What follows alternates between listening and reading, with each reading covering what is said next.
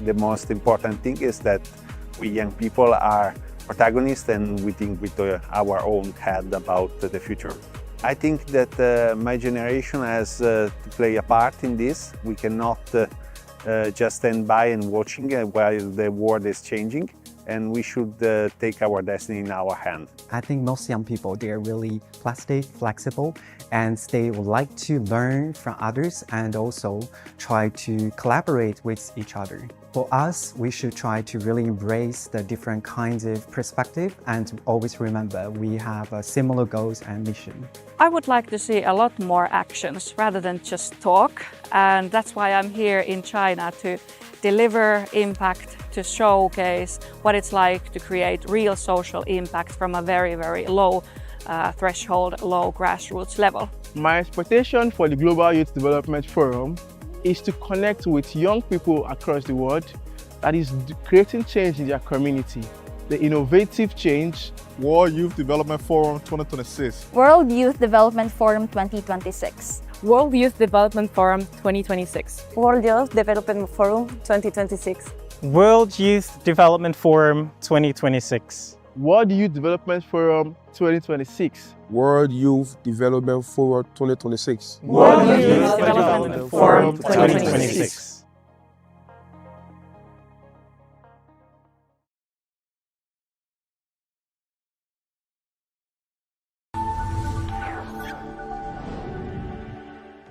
Informed youth, stronger societies. Train culture and community. Youth as power. Sustainable development. For doing good deeds. Hello everyone, my name is Anna Ope. I'm originally from Romania, Liberia, The Philippines, Italy, Spain, South Africa, Papua New Guinea, Nigeria, Finland. My project is titled the Pan-African Leadership School. At the Pan-African Leadership School, we aim to empower young people, especially students across the continent of Africa, with the necessary skills that they need to thrive into this world. Our social impact to society has been to educate young people. What we do is we equip, mentor and train young people in South Africa to get more involved within international relations and diplomacy in South Africa.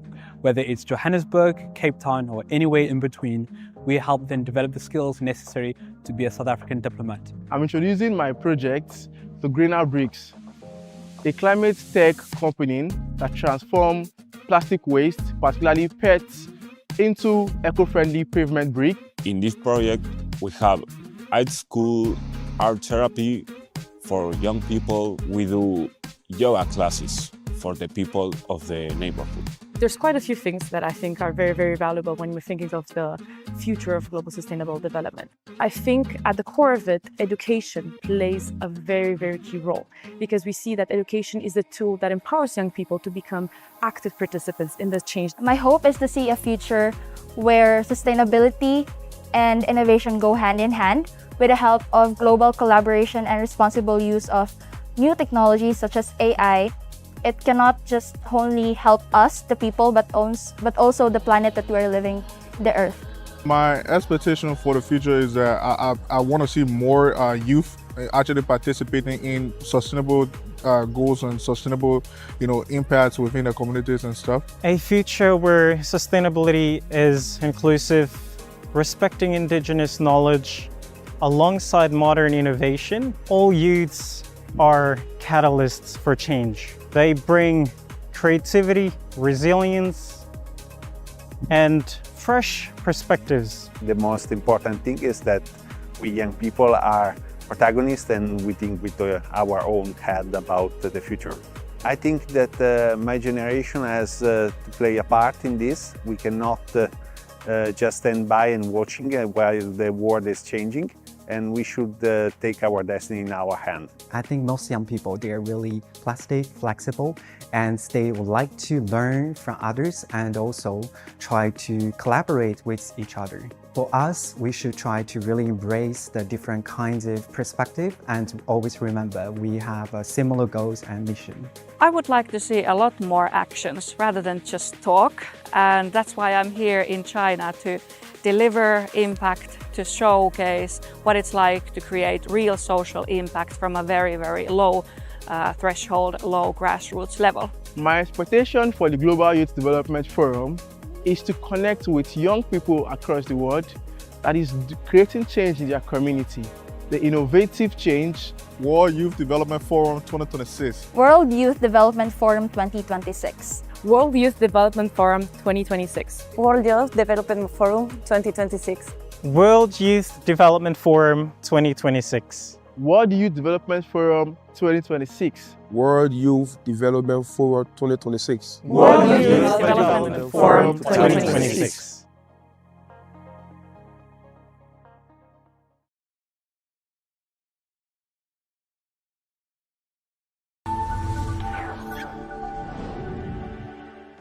Informed youth, stronger societies. Train culture and community. Youth as power. Sustainable development. For doing good deeds. Hello everyone, my name is Anna Ope. I'm originally from Romania. Liberia, The Philippines. Italy, Spain, South Africa. Papua New Guinea. Nigeria, Finland. My project is titled the Pan-African Leadership School. At the Pan-African Leadership School, we aim to empower young people, especially students across the continent of Africa, with the necessary skills that they need to thrive into this world. Our social impact to society has been to educate young people. What we do is we equip, mentor, and train young people in South Africa to get more involved within international relations and diplomacy in South Africa.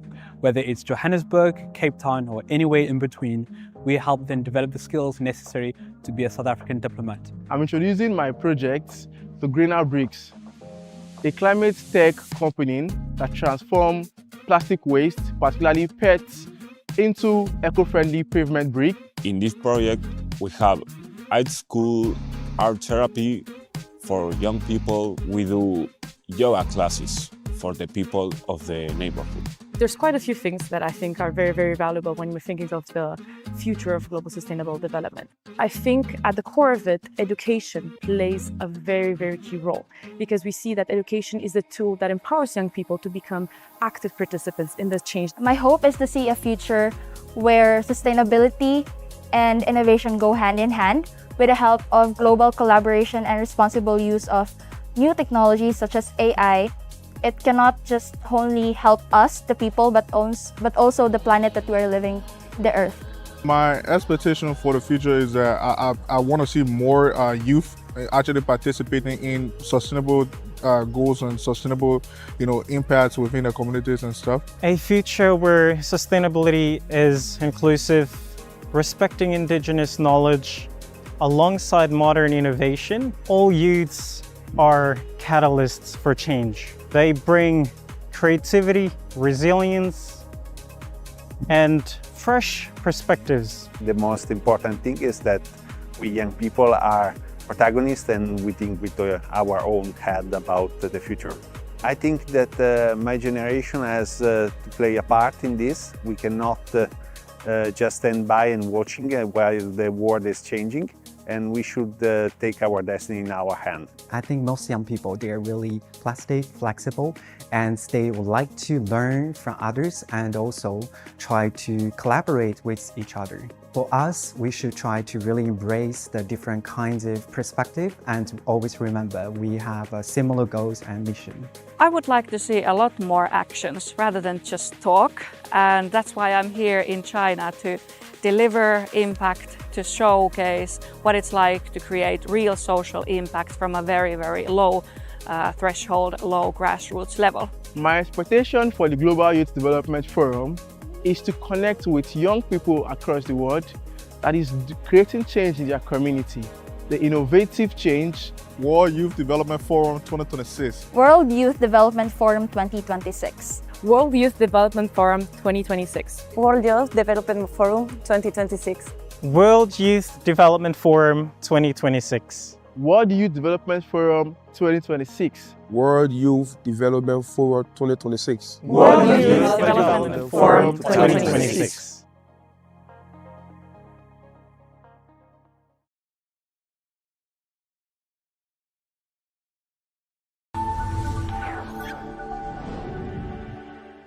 Informed youth, stronger societies. Train culture and community. Youth as power. Sustainable development. For doing good deeds. Hello everyone, my name is Anna Ope. I'm originally from Romania. Liberia, The Philippines. Italy, Spain, South Africa. Papua New Guinea. Nigeria, Finland. My project is titled the Pan-African Leadership School. At the Pan-African Leadership School, we aim to empower young people, especially students across the continent of Africa, with the necessary skills that they need to thrive into this world. Our social impact to society has been to educate young people. What we do is we equip, mentor and train young people in South Africa to get more involved within international relations and diplomacy in South Africa.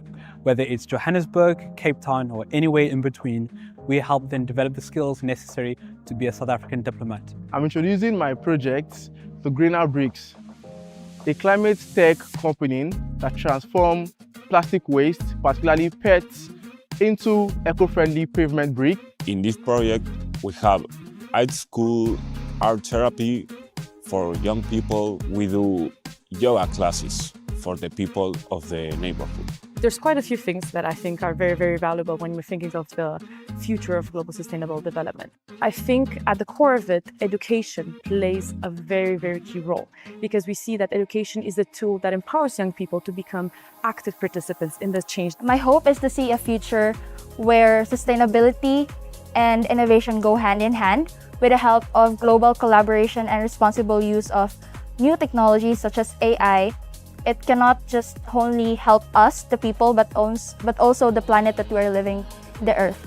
My expectation for the future is that I want to see more youth actually participating in sustainable goals and sustainable, impacts within the communities and stuff. A future where sustainability is inclusive, respecting indigenous knowledge, alongside modern innovation. All youths are catalysts for change. They bring creativity, resilience, and fresh perspectives. The most important thing is that we young people are protagonists and we think with our own head about the future. I think that my generation has to play a part in this. We cannot just stand by and watching while the world is changing, and we should take our destiny in our hand. I think most young people, they're really plastic, flexible, and they would like to learn from others and also try to collaborate with each other. For us, we should try to really embrace the different kinds of perspective and always remember we have similar goals and mission. I would like to see a lot more actions rather than just talk, and that's why I'm here in China to deliver impact, to showcase what it's like to create real social impact from a very, very low threshold, low grassroots level. My expectation for the Global Youth Development Forum is to connect with young people across the world that is creating change in their community, the innovative change. World Youth Development Forum 2026. World Youth Development Forum 2026. World Youth Development Forum 2026. World Youth Development Forum 2026.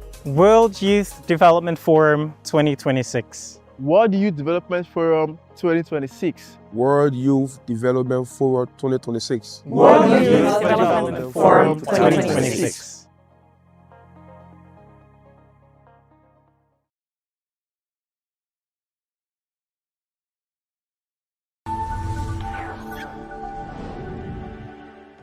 Informed youth, stronger societies. Train culture and community. Youth as power. Sustainable development. For doing good deeds. Hello everyone, my name is Ana Ope. I'm originally from Romania. Liberia. The Philippines. Italy. Spain. South Africa. Papua New Guinea. Nigeria. Finland. My project is titled the Pan-African Leadership School. At the Pan-African Leadership School, we aim to empower young people, especially students across the continent of Africa, with the necessary skills that they need to thrive into this world. Our social impact to society has been to educate young people. What we do is we equip, mentor and train young people in South Africa to get more involved within international relations and diplomacy in South Africa. Whether it's Johannesburg, Cape Town or anywhere in between, we help them develop the skills necessary to be a South African diplomat. I'm introducing my project to Greener Bricks, a climate. Poverty reduction is a shared mission for humanity, and volunteerism serves as a bridge connecting youth to global development. At this thematic forum, 10 distinguished guests from different countries and sectors will share their insights and practical experience on volunteerism and poverty reduction. China Agricultural University established its first science and technology backyard in 2009, organizing faculty members and students to live and work in villages alongside farmers to help them solve farming-related challenges. On May 3, 2023, General Secretary Xi Jinping sent a reply letter to students of the Science and Technology Backyard at the China Agricultural University, pointing the way forward for leveraging science and technology to promote rural revitalization. Next, please welcome Mr. Wang Yong, Deputy Secretary of the Party Committee of China Agricultural University, the university that initiated the Science and Technology Backyard program. Welcome.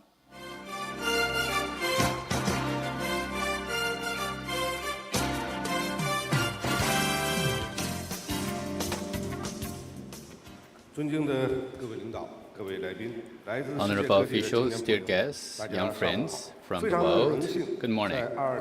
It's my great pleasure to join you in this midsummer of 2026 in the heroic city of Wuhan. At present, the collective rise of the Global South is underway. However, poverty reduction remains a shared challenge for humanity.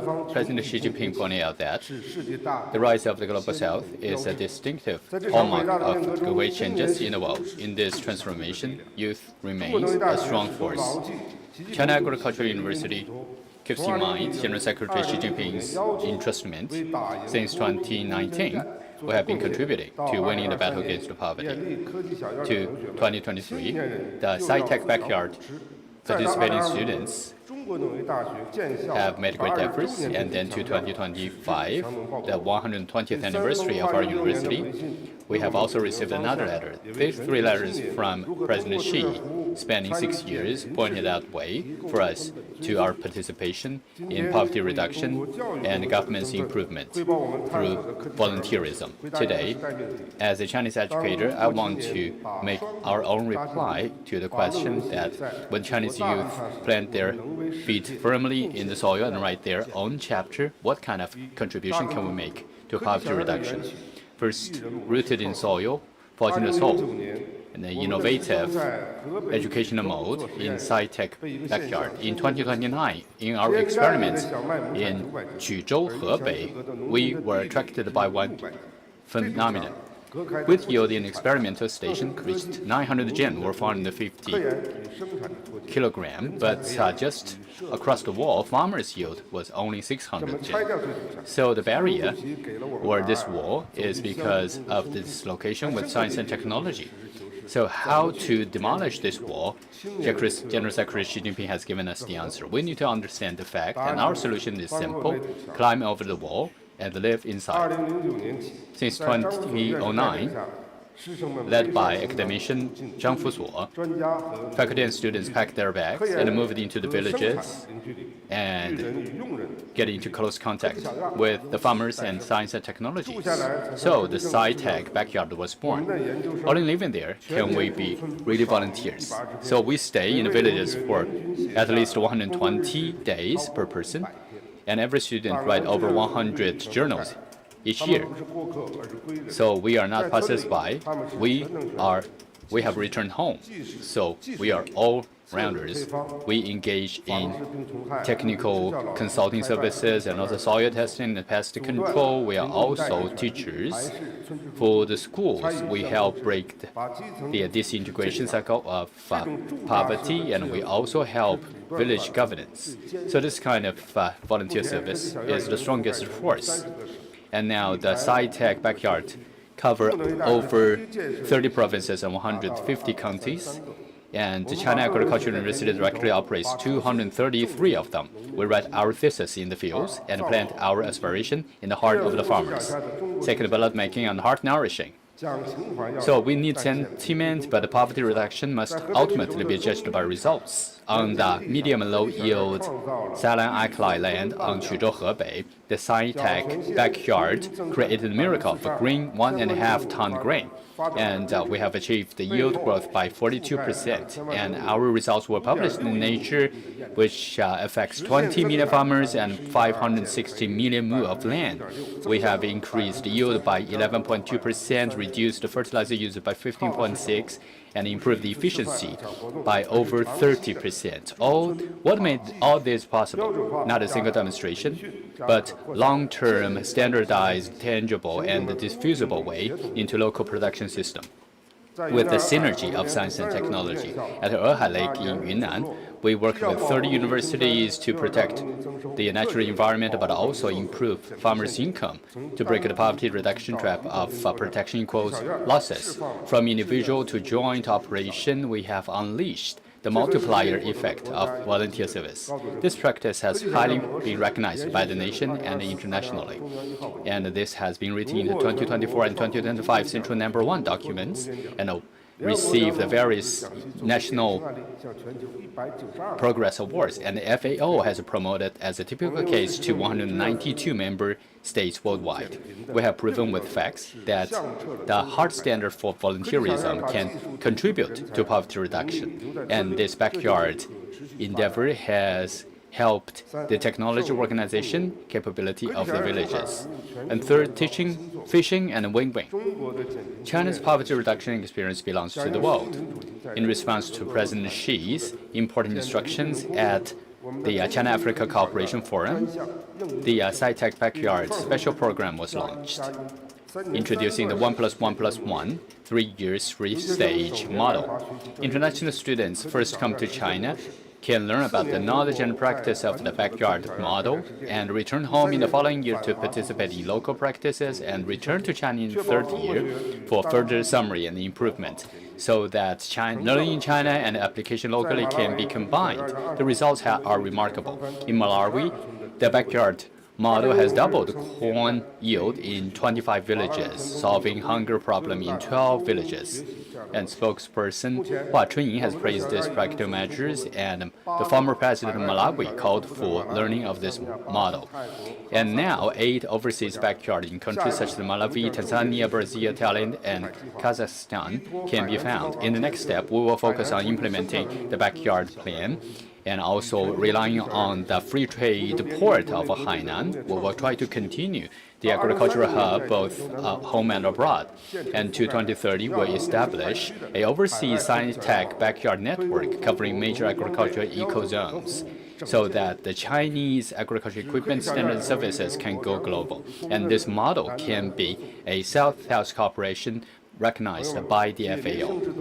Dear friends, solving the hardship of people is one of the important models of the China Agricultural University and also a starting point for our efforts. The SciTech backyard is very small. It can be just simple bungalows at the village entrance, but it leads to a distant future. It is a grand stage of revitalization, great course, and also the carrier for building a community with a shared future for mankind. Just as General Secretary Xi has hoped, New Era Chinese youth should have the spirit of seeking out hardship. So the spirit is not shouted out, is being forged day by day by our footsteps on the ground. The China Agricultural University is willing to work with global youth to make this backyard model into a public good and to reduce poverty for mankind and also to build a community of a shared future for mankind. Thank you for your attention.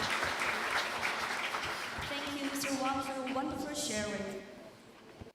By writing theses on the land and rooting youth in the fields, the science and technology backyard model has provided a vivid example of how science and technology can empower poverty reduction. Next, please welcome Ms. Julia Kopf, National Secretary of the Youth Wing of the Workers' Party of Brazil, to share her presentation on practice and insights from community-based poverty reduction volunteer service in Brazil. Welcome.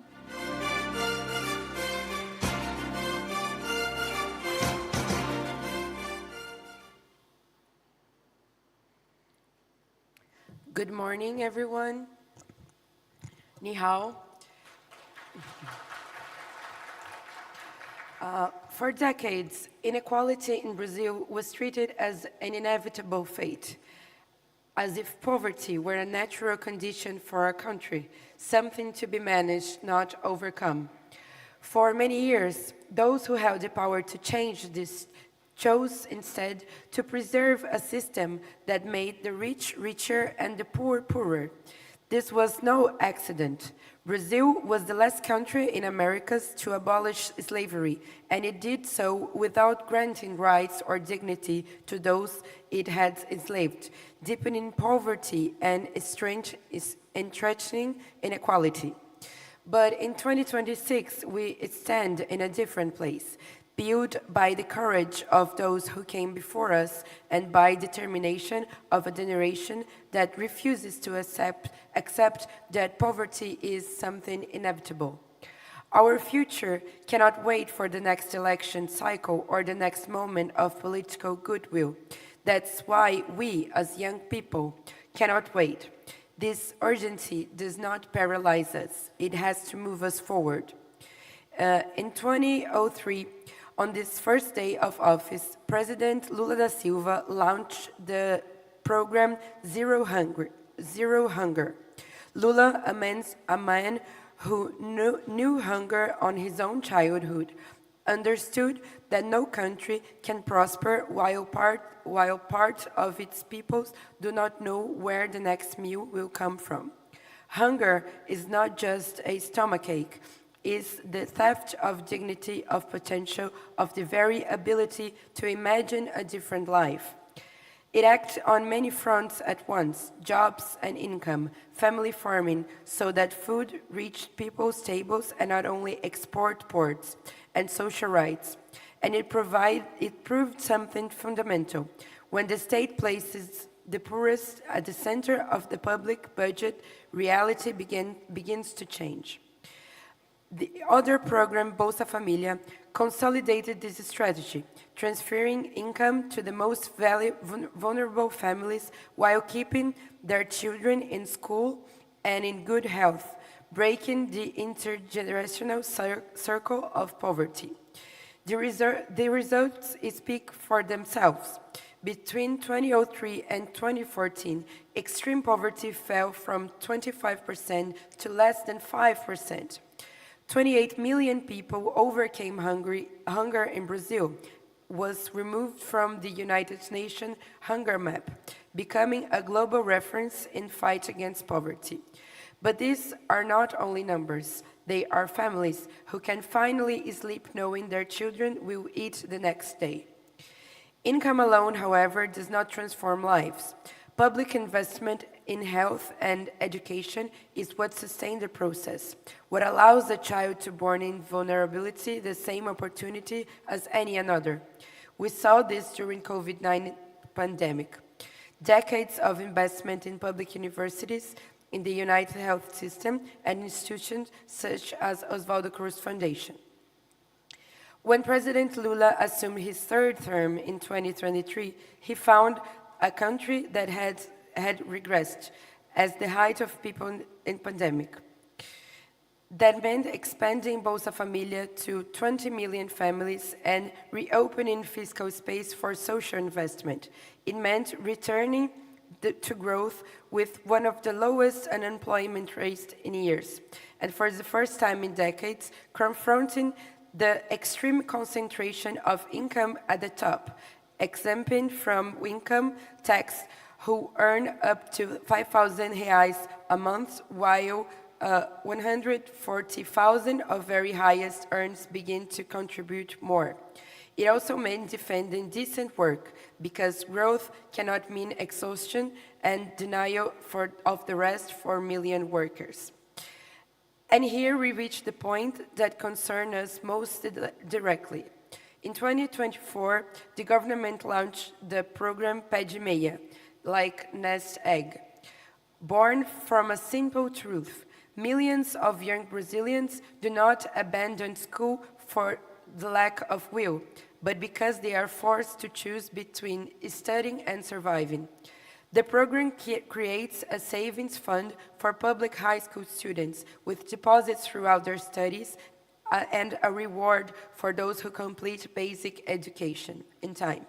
But it goes beyond this money. When the state creates real conditions for young people to stay at school, it affirms that no national project is sustainable if its youth is kept from dreaming. And building on the same commitment to our youth, my colleague here, Florentino, will speak next about our newest program for youth volunteerism, a concrete invitation for young people to take part today in transforming our country. I want to leave you with 3 reflections here. First, the reduction of poverty in Brazil has never been a work of change. It happens when there is political will and public commitment to reducing inequality. Second, there is no lasting social justice without confronting structural inequality. A democratic society cannot be built while those who have less keep paying proportionally more and wealth remains protected. And third, and most important, this concerns us. The future of this story will not be decided only in governments or parliaments. It depends mostly on our generation's willingness to understand its historical role and to defend where no one goes, a world where no one goes hungry, where quality education is not a privilege, and where the future ceases to be the right of a few and becomes a real possibility for all. Our generation may not have inherited a country of equality, but inherited awareness, organization, and the chance to change the course of history. And the responsibility is now ours. The future begins now. Thank you very much. 谢谢. Thank you, Ms. Julia. Different countries, the same original aspiration. Volunteer service is becoming a common language for global poverty reduction. Next, please welcome Professor Ding Yuanzhu from the Party School of the CPC Central Committee, who will share his insights on China's path to poverty alleviation governance. Welcome.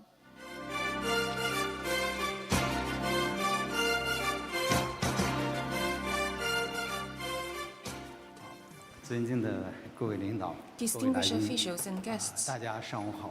非常荣幸有这样一个机会，跟在座的各位一起来研讨这个全球这个扶贫啊，这样的发展这样一个重大课题。来之前呢，我一直在想，有什么跟中外朋友一起交流的。我想了2个问题啊，今天跟大家交流和报告一下。这个一个是呢，怎么来理解中国在过去的几十年，特别是党的18大以来，在扶贫领域中取得的重要成就，我们有什么样的方案，什么样的智慧，跟来自各国的朋友一起来交流，我们自己一起来怎么总结。那么第二，青年朋友们在这场伟大的运动中也发挥了非常重要的作用。那么，中国青年在志愿服务啊，在扶贫中都发挥了哪些重要的作用？哪些经验值得我们去总结？我想，一个是要深刻的领悟这个习近平总书记关于扶贫重要思想，它的深刻要义。我在学习的过程中，我是有这么6点认识。一个是呢，这个习近平总书记关于扶贫工作，他强调了坚持党的全面领导，它是实现扶贫的根本保障。因为中国特色社会主义的根本基本属性坚持中国共产党的领导。习近平总书记在2002年到浙江工作以后，经过118天的调研，他提出了一个1000万工程，就是1000个村实现富裕，1万个村实现整治。10,000 village upgrade project. And then he became secretary at county level, at city level, and played important roles. 20 years experience have shown that one generation after another have been passed on.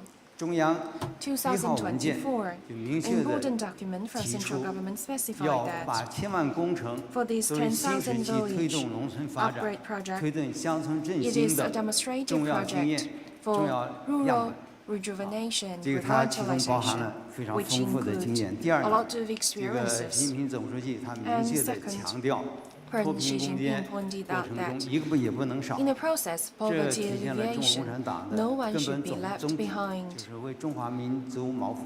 This is the basic mission of the party, to seek better lives for the people. Third, he specified that targeted poverty alleviation as the winning strategy.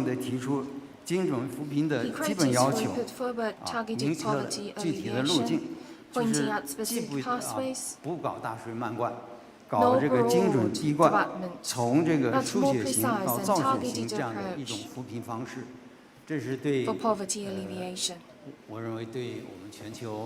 which is very important as a guiding principle.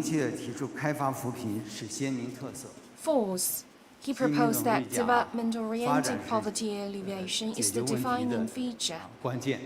Development as the fundamental solution to poverty, cultivating industries tailored to local conditions, find a way for Chinese modernization and poverty alleviation based on local conditions.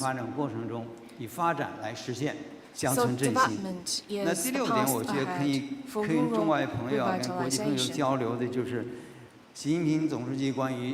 President Xi's guiding principle on poverty alleviation proposed that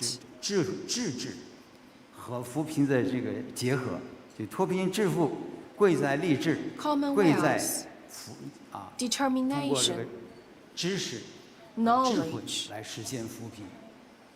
are the foundation to achieve poverty alleviation. On the other hand, in the new era, to enhance quality development and enhancing people's well-being, to drive them internal drivers to get rid of poverty in order to achieve development, sustain development. So building resolving intelligence is very important in this endeavor. Six, how of society participation was also advocated. Volunteerism is important symbol of social civilization. Leveraging the socialist system's advantage to mobilize resources. There are projects available including East-West cooperation, galvanizing group participation, and forming synergy among all multi-stakeholders to really achieve poverty alleviation. Infrastructure is also a very important foundation. 那么我们这个对口的是我们湖北的一个市，他就讲啊，湖北对我们的支持非常大，所以我们的基础设施的水平，我们的这个各项各类服务都取得很好的成就。所以我想我们就在这个扶贫的过程中，啊，有我自己学习有6条经验，跟在座的各位朋友来交流，是。 学习总是体会吧。那么第二就是中部青年在推动参与扶贫中的重要经验。因为在这个脱贫攻坚的伟大斗争中，中国青年以实际行动来践行了青春誓言。我有这么几点，一个就是坚持思想引领，来筑牢青春信仰。青年一代，我们的青年人深入学习习近平总书记的简评思想，深刻认识脱贫攻坚。 在志愿服务在新时期发展中的重要作用，它彰显了我们社会主义制度的优越性，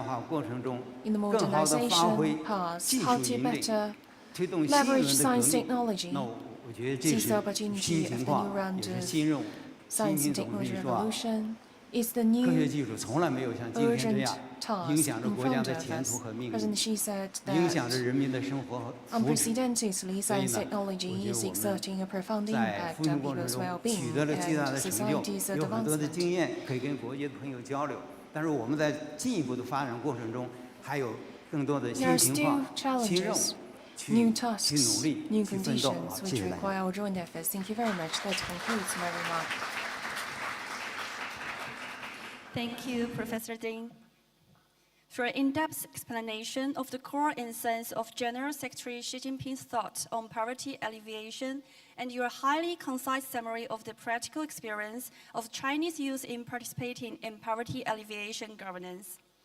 Next, please welcome Mr. Fuad Jina Bunay, President of the Ethiopian Youth Council, who will speak on the latest practice in youth volunteer service in Africa. Welcome.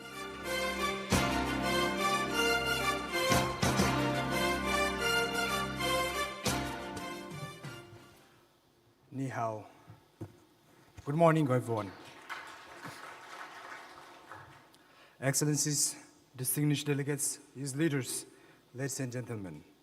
It's a profound honor and privilege to address this gathering and to join youth leaders, policymakers, development partners, and friends and colleagues from across the world in discussing a subject that is not only important for our generation, but essential for the future of humanity, volunteerism and poverty reduction.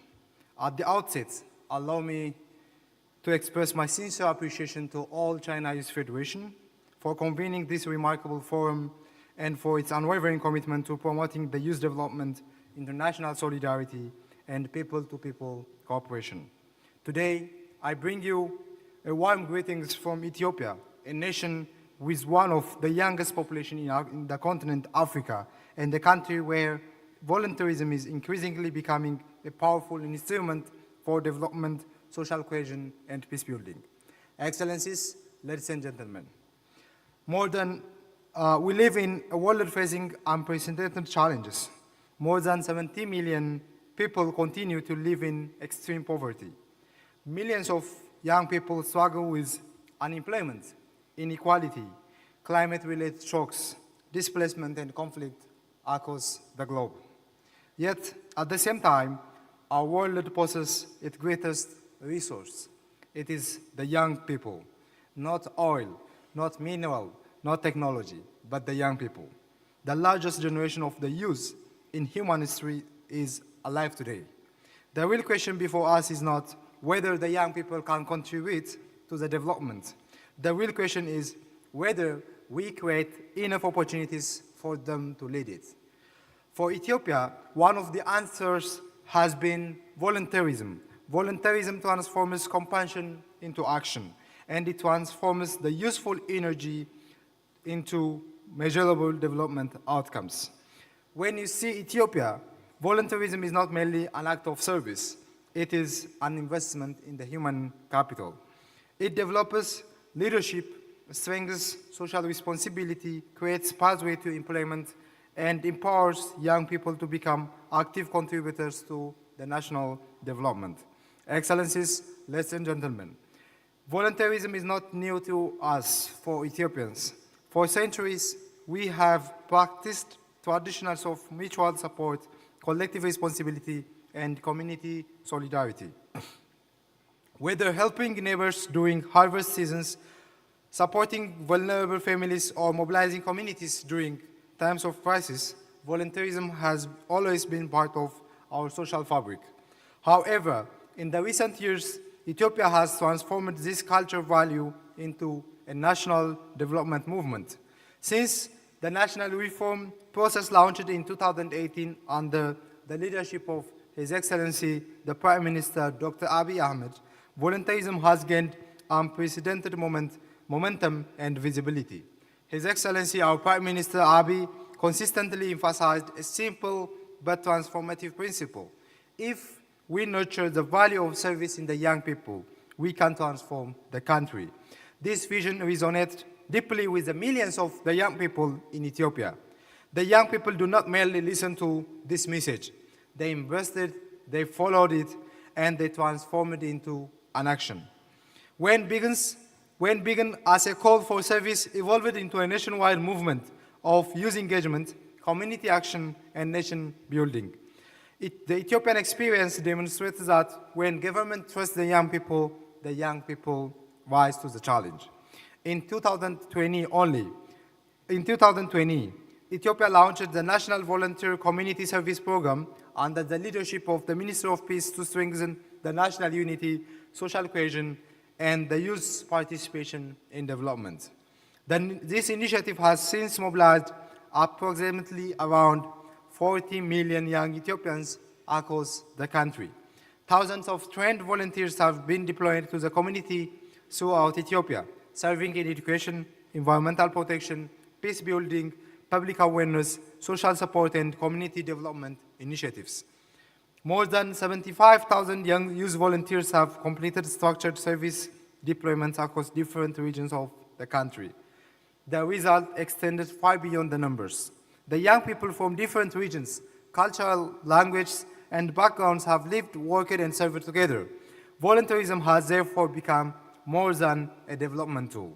It has become a bridge for the national unity, a platform for the intercultural understanding, and a mechanism for peace building. In one recent year alone, volunteer service initiatives generated development activities valued at hundreds of million birr, Ethiopian birr, while mobilizing hundreds of thousands of citizens for community improvement, environmental rehabilitation, and social support activities. This demonstrates a powerful reality. Volunteerism creates values, social value, economic value, and peace value.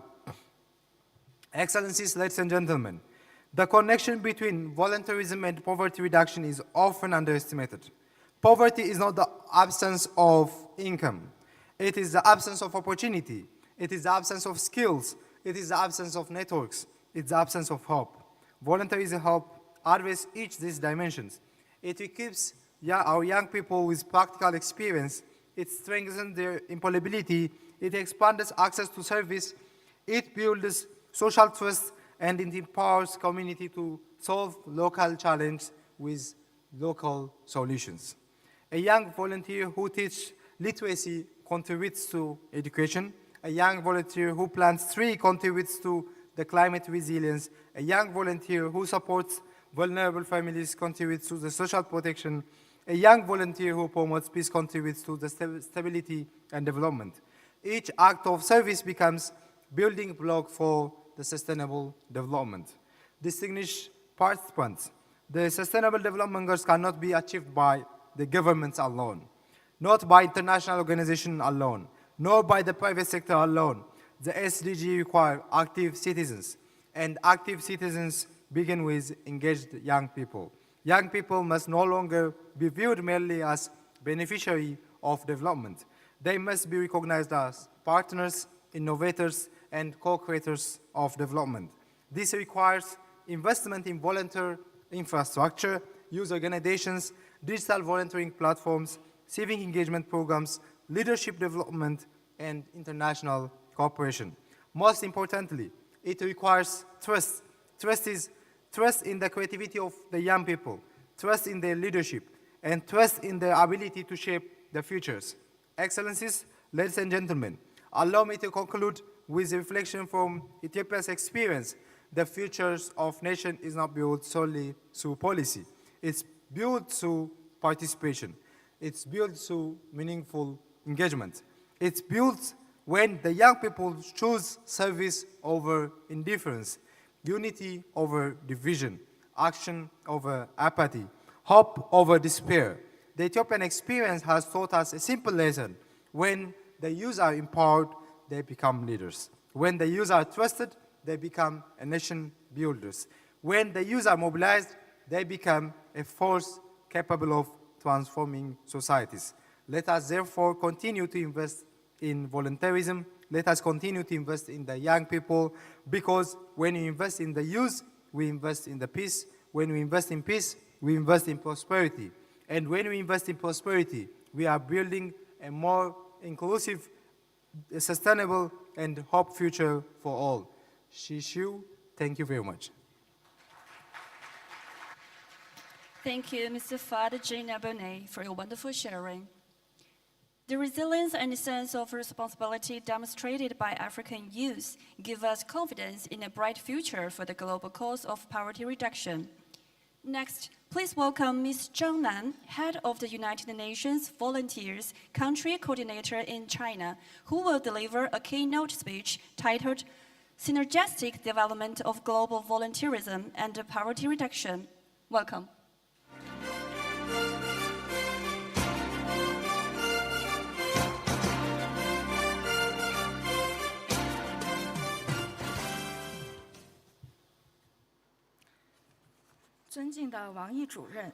Honorable Vice President Wang Yi and Director Liu Xuerong, distinguished guests, young friends, ladies and gentlemen, it's my great pleasure to be a part of the 2026 Youth Development Forum and also to participate on this special session on volunteerism and also poverty reduction on behalf of the organizer and also the United Nations Volunteer Organization. I want to extend my warm greetings and highest respect to all of you. So the year 2026 has been designated by the UN General Assembly as the International Year of Volunteers for Sustainable Development. The President of the 80th session of the General Assembly emphasized that global volunteers play a irreplaceable role in advancing sustainable development. Today I want to share my observation from four perspectives. First, the global force of volunteerism is being reshaped and reorganized. The UNV I work for was founded in 1970. Since its very launching, it has regarded the participation of youth in humanitarian activities, in peace, development, and also post-disaster recovery as our responsibility, and they bear great significances. In the past decades, the scale of our cooperation has been ever expanding. According to the report of 2025, we mobilized a record-breaking number of volunteers by 17,169, serving 182 countries and regions. And they have been providing service in 59 UN entities in 172 countries and regions, an increase of 17% compared to the year 2024. And in terms of gender equality, women stand for about 60% of all volunteers, and in inclusiveness, we have absorbed 325 disabled or handicapped people from around the world. So in 24 UN entities. So behind these numbers, we can see an increasingly inclusive and equitable global volunteer system. What's more worth noting is that we have been working with the International Labour Organization and issued a report on the volunteerism worldwide in 2026, which provided the latest figure. According to the figure, about 2 billion people worldwide participate in volunteer programs, accounting for about 34.5% of working age population. Among them, informal volunteer service stand for 25%, while Africa stands at number 1 with a participation of 58.5%. So volunteering is not only a part of development, but also a way to build social synergy and resilience, out of which youth play an increasingly important role. According to the UN, poverty reduction not only means the increase in income, but also the access of opportunities and also of basic services. And volunteers play an irreplaceable role in this process. Using China as an example, the UNDP and all its partners have initiated the Movers for Climate program. In 2025 alone, we mobilized 100 online volunteers and hundreds of offline volunteers. We have been conducting climate education and development education in underdeveloped areas and also in improving skills and also capabilities. And in 2025 alone, we have gathered 70,000 local residents and has also had the first major settlement of the UN programs in China. And in northern and coastal areas in Benin, an African country, we have initiated the Resilience Project, supporting women's equality program, empowering women, supporting local community development. This project alone benefited about 1,700 local producers, improving their overall health and well-being and improving their resilience in instability. And I think these two cases show that there are three major channels and pathways to volunteer service and poverty alleviation. First is about addressing the last mile issue, turning macro goals into precise actions. Second, activate the endogenous driving force for community development. And thirdly, help youth to grow amid services and become responsible co-creators and co-developers. In China, we have deepened our cooperation with all parties by strengthening all kinds of initiatives and practices in poverty reduction and sustainable development. Since 2018, the UN Volunteer Organization has been working with the China Young Youth Volunteer Association, and by 2026, under the framework of the China Youth Volunteer Overseas Platform, we have sent about 180 Chinese youth volunteers to 40 countries and regions, and they went to mountains and seas as UN volunteers, and they have participated in the key actions in poverty reduction, education, public health, climate, and other fields, and was greatly recognized by UN agencies. In China itself, UNV has worked with over 20 UN agencies and Chinese partners in China, and participated in the practices in agriculture, clean energy policy, advocacy, and other fields, whether it's the training of women in pastoral areas of the Chinese plateau to learn renewable energy technologies. We're carrying out poverty reduction in East Asia, Southeast Asia, and South Asia. Chinese volunteers are using their actions to participate in the global South-South cooperation and global development. Looking into the future, we are looking forward to have closer cooperation based on these frameworks and strengthen our cooperation with related parties. In this background, UNV has proposed three major directions. First, we call on countries around the world to accentuate and recognize the contribution and the values of volunteers. And secondly, we hope that volunteer services can be integrated into the strategic plan of national development. And thirdly, we hope to establish more comprehensive policies, funding, and support system for volunteers. Regarding these objectives, I want to put three proposals for development. First, we need to strengthen data-driven efforts. We should make full use of the 2026 report in terms of the global volunteer situation, especially the volunteer participation index, to measure the value of volunteer services. And second, I hope and call on more opportunities for youth participation through more professional training, systematic organization, and international platforms, so that youth volunteers can be a major force with the most vitality in poverty reduction. Thirdly, I'm looking forward to more international cooperation, using the International Year of Volunteers and South-South cooperation as opportunities to promote the sharing of the international experiences and also to share China's experience in e-commerce, industry, education, etc. Ladies and gentlemen, just as Vice President Wang Yi has just mentioned, there's an old Chinese saying goes, when strength is exerted, there's no victory that cannot be achieved. At the UNV, we also believe that although the way is long and winding, if we keep walking, we will eventually reach our goal. And this is exactly the core of our spirit. And UNV is looking forward to strengthen our cooperation with the Association of Volunteers of China, and also to work with global partners to support participation of more youth partners into this initiative. Let's contribute together to the world development and the common future of mankind. Thank you. Thank you, Ms. Zhang Nan, for your professional insights.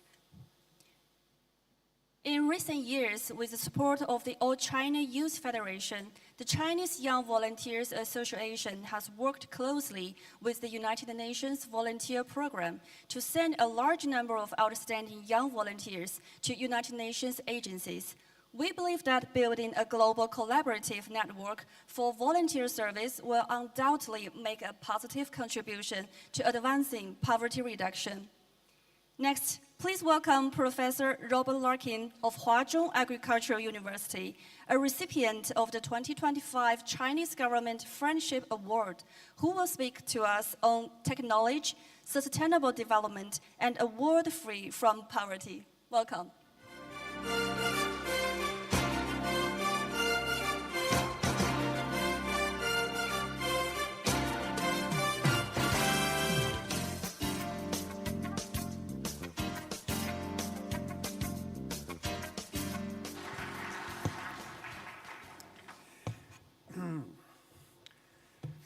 Distinguished guests and dear young friends, good morning. Regardless of discipline, scientists strive to discover new knowledge about the natural world and use this new knowledge to develop products and services that improve human well-being. Therefore, serving society and providing volunteer services to humanity have always been central to the scientific enterprise. Because science possesses the power to solve many of humanity's most pressing challenges, countries around the world invest in scientific research, including developing countries with limited resources. This conviction inspired me deeply after joining Huazhong Agricultural University in July of 2016.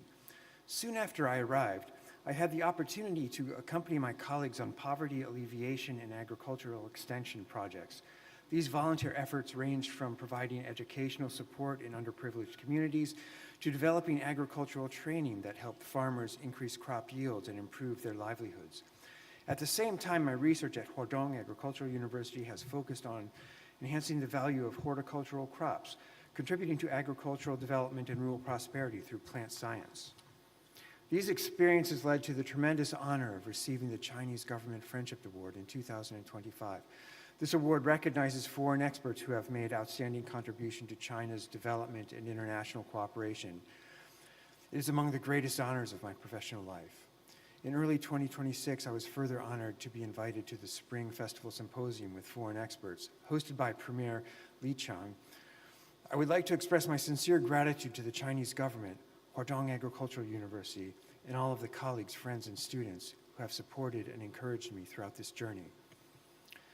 Looking back at the history of modern agriculture, the Green Revolution of the 20th century was one of the most successful examples of science serving humanity, saving millions from starvation.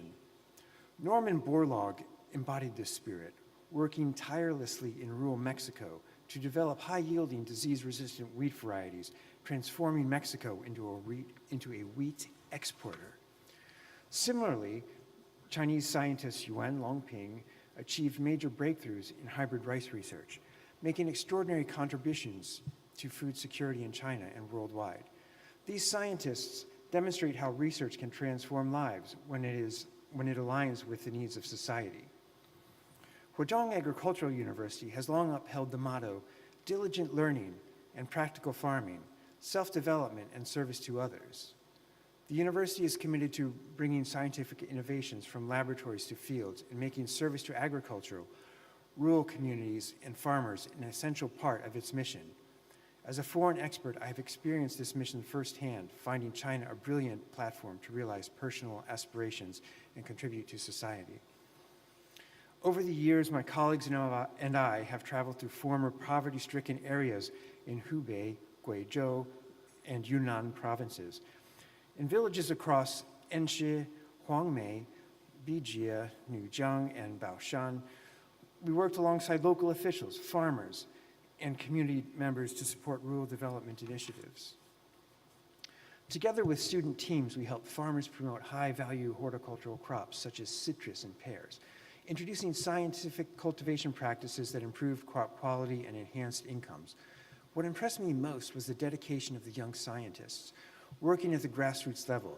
They brought their innovations from the laboratory directly to rural communities, and as often said in China, wrote their papers on the land itself.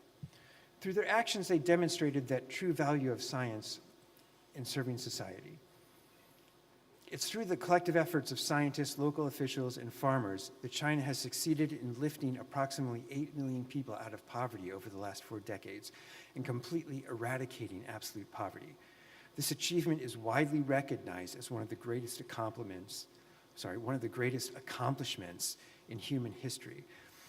I firmly believe that China's success stems not only from technological advancement, but also from its commitment to ensuring that scientific and technological progress benefits ordinary people. Today, we are living in an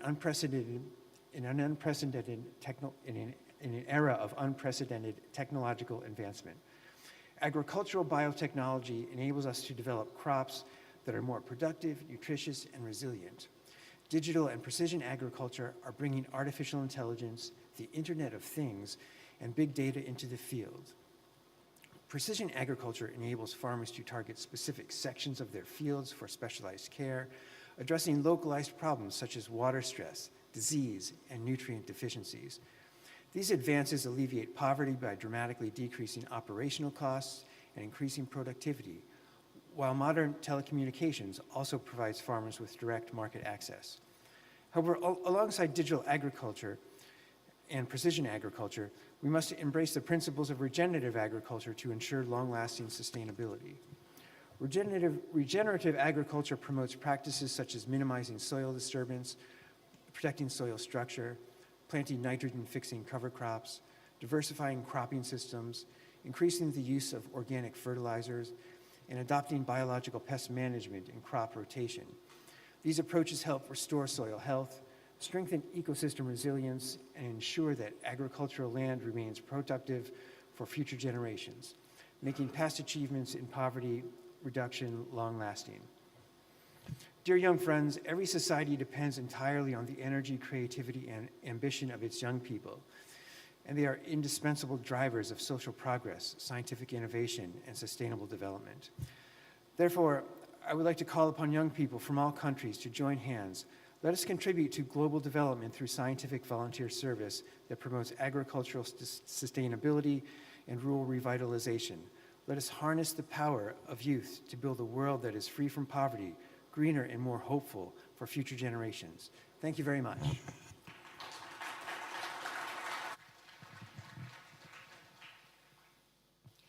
Thank you, Professor Robert Larkin, for showing that science and technology know no borders, and friendship warms people's hearts.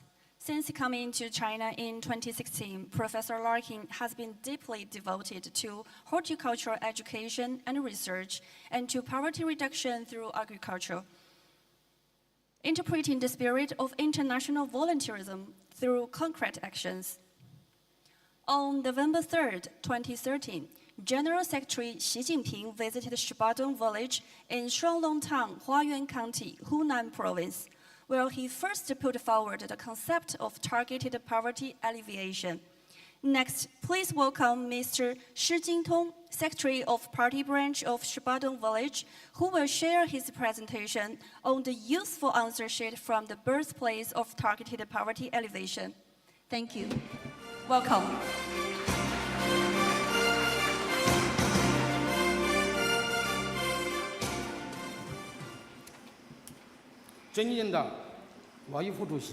Distinguished Vice President Wang Yi, distinguished young friends, I'm a party secretary and village committee director of Miao Village in Huayuan County, Shaanxi Hunan Province. My name is Shi Jintong. It's my pleasure to share our village story with you. Shibadong Village is a Miao ethnic village, once the poorest village in Wuhan mountain region. On November 3rd, 2013, President Xi Jinping visited here, chatted with local Miao ethnic villagers, discussed development plans. For the first time, the important concept of seeking truth from facts, adapting to local conditions, providing targeted poverty alleviation measures was put forward. Over the past decade, we have kept his guidance firmly in mind and forged ahead bravely. As the birthplace of target poverty alleviation, we have shouldered our responsibility and pushed forward rural revitalization. This once poverty-stricken Miao village has turned into one of the world's best tourism villages, serving as a window for the world to see rural modernization. Also, we have received many honors, including National Model Village, National Advanced Grassroots Party Organization, National Civilized Village, and National Best Practice for Poverty Alleviation. Overall speaking, our practices in targeted poverty alleviation can be summed up as 5 areas. First, we combined openness, fairness, and public participation while identifying impoverished households. We created a full set of working methods to screen poor families and set standards for 9 categories of people who would not be selected as impoverished households. The whole process went through 3 rounds of public notice and reviews. Make sure it's fair. Second, we set good examples and offered positive incentives to inspire people to rely on themselves. We launched a star rating system for villagers' conduct and rolled out a point-based reward program. We also held education sessions, honored role models to motivate more villagers to work for a better life. Third, developed profitable industries based on real conditions and local features. We developed 5 major industries: special crop planting, Miao ethnic group embroidery, labor services, rural tourism, and natural spring water industry, with various cooperative models willing villagers' interests with collective development help them to increase their income. Fourth, we built sound infrastructure while preserving traditional rural charm and creating pleasant living environments. We brought running water, electricity, roads, safe housing, communication, and environmental improvements to every household. We also renovated old houses, kitchens, toilets, bathrooms, and livestock sheds. Our village keeps its original style while becoming clean, beautiful, and comfortable. With these efforts, our village kept its original style while becoming clean, beautiful, and comfortable. And fifth, we strengthened the village organization and gave full play to the leading role of party members. We built a capable village leadership team and welcomed dedicated work teams and resident cadres to support us, forming a solid grassroots services. We set up 41 mutual aid groups to encourage villagers to help one another while our families support those in need, and all villagers strive for a well-off life together. Generally speaking, in our precision poverty reduction, we have seen great changes taking place in our village over the years. First, the village has taken on a brand new look. We kept the original architectural style while upgrading facilities. Roads, water supply, power lines, houses, tourist facilities, and public services have all been improved. And the old days of poor transport and shabby houses are gone forever. Second, villagers' mindsets have changed greatly. In the past, many villagers relied passively on the government for everything, including building roads, houses, and developing industries. And later, our work teams talked with every single family patiently together with the star rating system and various cultural activities. And we guided villagers gradually and helped them build confidence to get rich through hard work. Third, local profitable industries have become mature. So we have kept in mind the important guidance and instructions to figure out what to grow, what to raise, and how to increase income, we have found a steady way to make money for our 5 core industries, including tourism, homestay, etc. Fourthly, villagers' sense of happiness have risen sharply. We made sure no one was left behind. Villagers' average income has increased several times. Everyone now has adequate food and clothing, as well as guaranteed housing, medical care, and education. And people's daily lives has taken on a new look.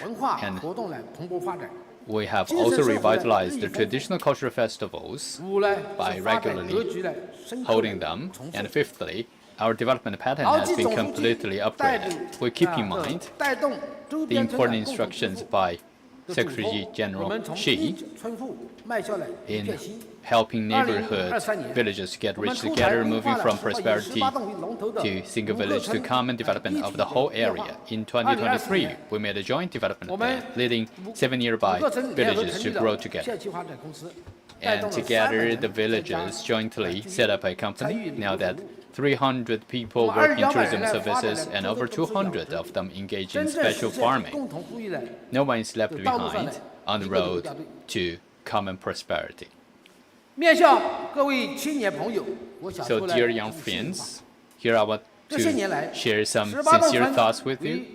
Our village has become a window for the world to learn about China's poverty reduction. The targeted poverty alleviation model we explored has also been adapted in resolutions of the United Nations General Assembly. From our story at our village, I want to tell you that poverty is never a fixed fate. As long as we find the right path and work hard, we can overcome any difficulty. I sincerely invite all of you to visit our village of the Miao ethnic group, walk along the stone path, visit the Miao embroidery workshops, and also feel the power of targeted poverty alleviation from villages' warm smiles. At the birthplace of targeted poverty alleviation, we are setting off on a new journey of rural revitalization. We will keep moving towards the great goal with passion and diligence, writing new chapters on rural development new era, and let the spirit of the pioneering space shine forever. Thank you for your attention. Thank you, Secretary Xi. The transformation of a single village reflects the resolve of an entire nation. The story of Shibadong village is a vivid microcosm of China's poverty reduction miracle.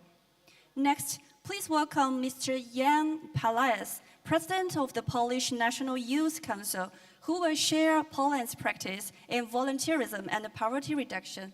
Welcome.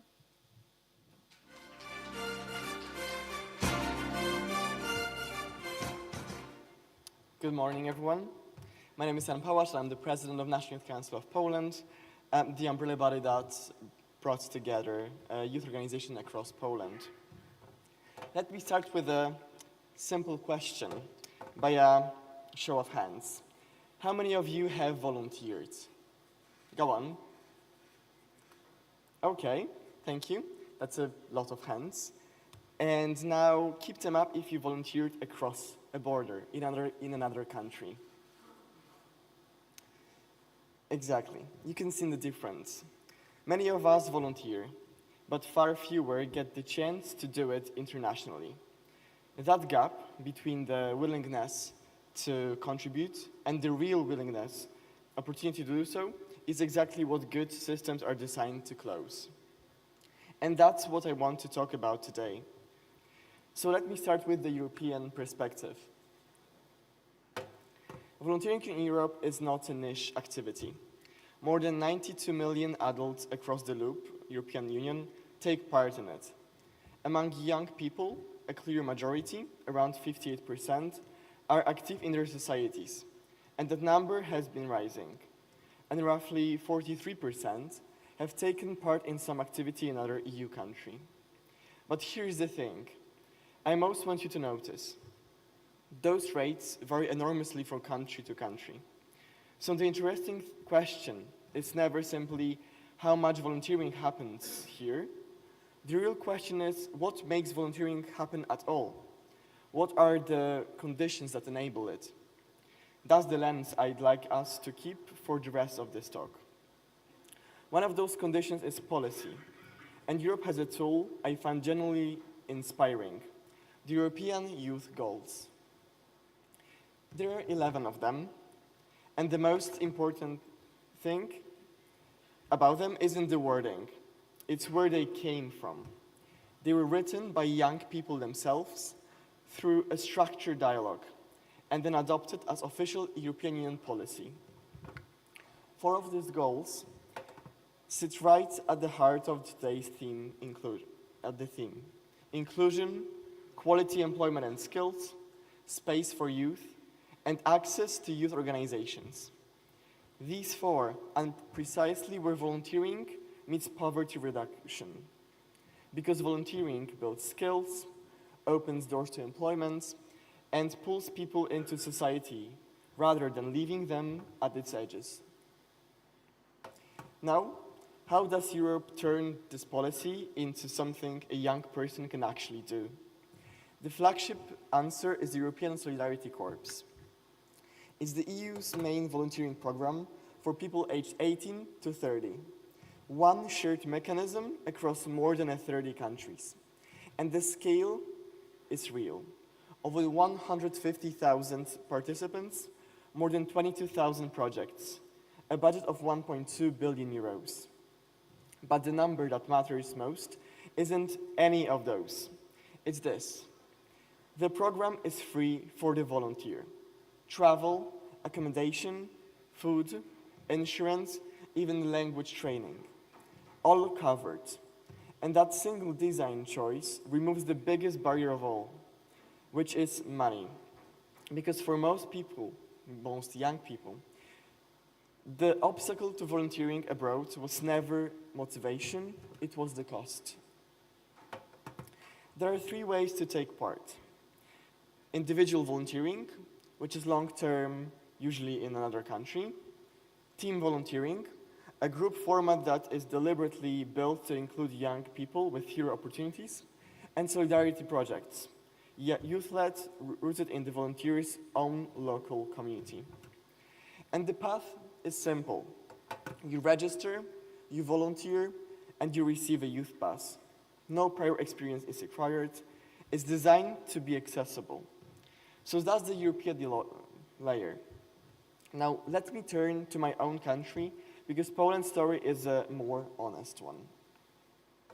Poland's whole approach can be summed up in one shift. Don't just encourage volunteering, build the infrastructure for it. And behind that sits a dedicated national institution, NIW, Poland's Institution for Civic Society. And let me be honest about where we started. For years, Poland sat near at the bottom of the European Union, with only about 2% of people volunteering regularly. That's not a comfortable statistics to share, but the insight that changed everything was this.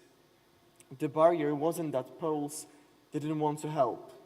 The barrier was that organizations didn't have the capacity to organize and manage volunteers. Willingness was there. Structure was missing. So Poland built 2 programs in response. The first funds volunteering coordinators, the actual people inside organizations who recruit, support, and manage volunteers. The second is a local partnership network. And notice, both programs fund the management of volunteering, not just the activity itself. That's the move I'd most encourage you to take away. Which brings me to the single sentence I'd love you to remember from all of this. Fund the infrastructure, not just the act. And why does this work? It comes down to 3 things. Institutions, a real body with a real budget. Coordinators, capacity, not just enthusiasm, because enthusiasm alone burns out. And the long-term horizon. multi-year mandates, because volunteering ecosystems take years to build, not months. So if I had to compress everything into 3 transferable lessons, they'd be these. First, infrastructure over goodwill. Second, recognition. The skills people gain must count. And third, co-creation. Let young people design the systems they're part of. Now, I don't want to pretend we've solved this. So let me turn it back to you with the 3 honest questions. On funding, much of what I've described rests on big-scale money. What works when you don't have the budget behind you? On inclusion, volunteering skews towards those who already have the most opportunities. How do we reach the young people who are furthest from the system? And on impact, how do we genuinely connect volunteering to measurable poverty reduction outcomes, not just to participation numbers? I don't have complete answers, and I'd honestly love to hear yours from your own national context. Let me close with this. The best part of sharing practices is that we get to borrow each other's ideas and improve on them. So please take whatever is useful here, leave the rest, and make it better than we did. Thank you very much. I'd be glad to connect with anyone who wants to continue the conversation. Thank you so much. Thank you, Mr. Yan Plus, for excellent sharing. The innovative practice of European youth provide diverse perspectives for the global cause of poverty reduction. Next, please welcome Ms. Megan Dobrot, President at the Schiller Institute, who will deliver a keynote presentation titled Youth Volunteer Service, a Bridge Linking Poverty Reduction and Global Development. Welcome.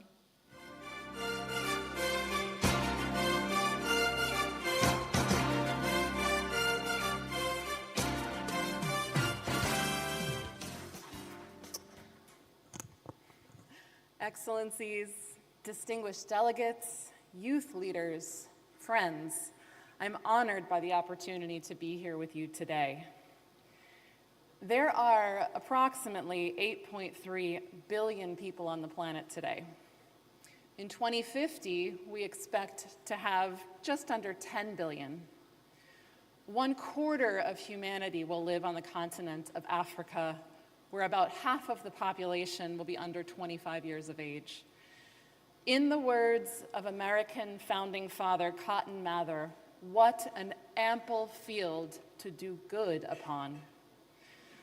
Our challenge at the start of this new era in which the system of neocolonialism is finally ending is to ensure that all nations can undergo the kind of development needed to support all of those people living happy, healthy, long, and productive lives. Urgently needed, therefore, is a development program for the world to provide 1.5 billion new productive jobs in the short term and 3 billion over the next 25 years. That enormous task requires leadership and from young people.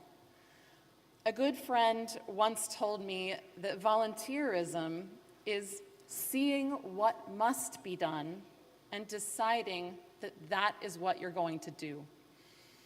We must use the next 25 years to completely transform the planet such that within a generation or two, we have eradicated poverty from the planet, relegating it, along with war and pandemics, to a past bygone era of human development. We are the creative species whose nature is absolutely coherent with the creative principle of our universe. That is the source of wealth. And it was the basis of the American economist Lyndon LaRouche's discoveries in the science of physical economy, in which economic value and consequently whether an investment can be considered good or bad is not measured in terms of money, or GDP, but in humanity's ability to ensure that the next breakthroughs in science, technology, and culture are made, and the next, and the next, and to apply those breakthroughs to the productive process. We thus increase our power to support more people at an increasing standard of living, a power measured properly by what LaRouche called potential relative population density.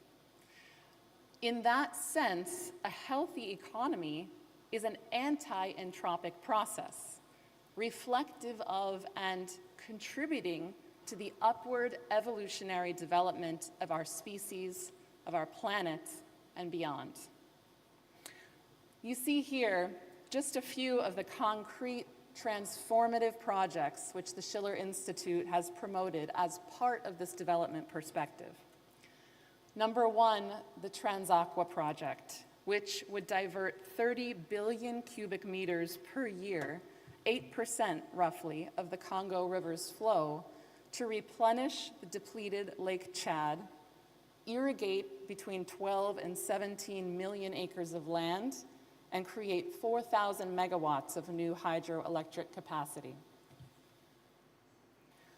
Number two, the extended Oasis Plan for Southwest Asia, for the joint development of new water resources through desalination, new canals and irrigation systems, along with rail and power generation, to transform the desert into a lush, productive oasis for the mutual benefit of all.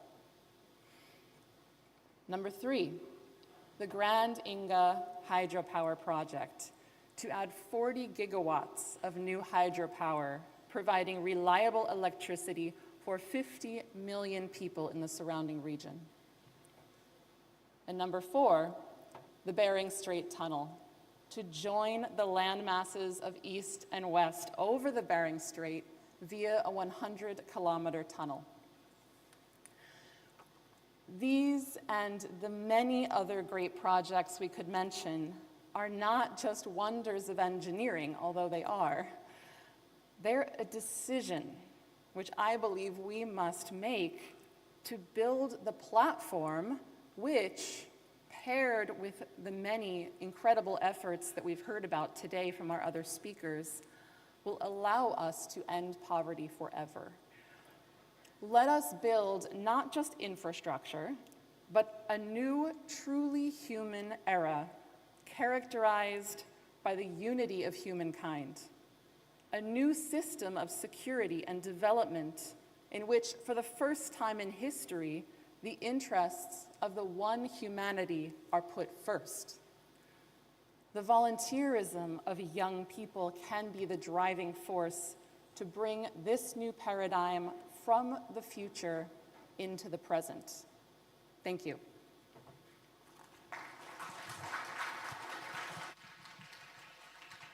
Thank you, Ms. Megan Dobrot, for your profound insights. Volunteer service transcends national borders and represents a shared value pursued by all humanity. Today, we're honored to have with us a special guest, a young volunteer. He once participated in the Western Volunteer Service Program for college students, serving for 1 year in the Aba, Tibet, and Chiang Autonomous Prefecture in Sichuan Province, and took part in the China Youth Volunteers Overseas Service Program, serving for 6 months in Nepal. After completing his postgraduate studies this year, he resolutely accepted a job in a grassroots unit in Western China. He is Wu Haotian, a representative of the young volunteers at Southern Western University of Finance and Economics. Next, please welcome him to share his speech, Youth Volunteerism, Growing Together with the World. Welcome.